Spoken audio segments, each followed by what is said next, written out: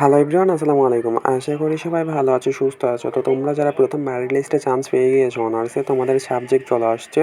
কে কোন সাবজেক্ট পেয়েছো অবশ্যই কমেন্ট করে জানিও। এবং তোমাদের এখন করণীয় হচ্ছে তোমরা কলেজে ভর্তি হবা। তো কলেজে ভর্তি হওয়ার ডেটও দিয়ে দিয়েছে জাতীয় বিশ্ববিদ্যালয়।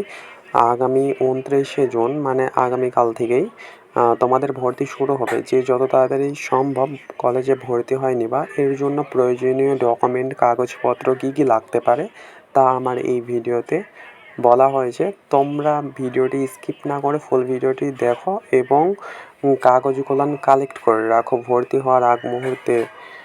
তো তোমাদের এই ভিডিওটি অনেক কাজে দিবে বলে আমি মনে করি। সো এই ভিডিওটি ফুল দেখো, তাহলে বুঝতে পারবা।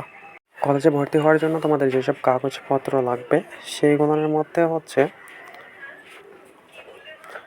অনলাইনে আবেদন করা ফর্ম, ভর্তি পরীক্ষার অ্যাডমিট কার্ড, এইচএসসি মার্কশিট ও সার্টিফিকেট, এইচএসসির মার্কশিট ও সার্টিফিকেট। যারা এইচএসসি মার্কশিট থাকবে না তাদের এইচএসসির প্রশংসাপত্র। তারপর হচ্ছে এনআইডি কার্ডের ফটোকপি লাগবে। এনআইডি কার্ড না থাকলে জন্ম নিবন্ধন হইলেও হইবে। পাসপোর্ট সাইজের 2 বা 3 কপি ছবি নিয়ে রাখবা। এই কয়টা কাগজ লাগবে। সো তোমরা এই কয়টা কাগজ কালেক্ট করে রাখবা ভর্তি হওয়ার আগ মুহূর্তে।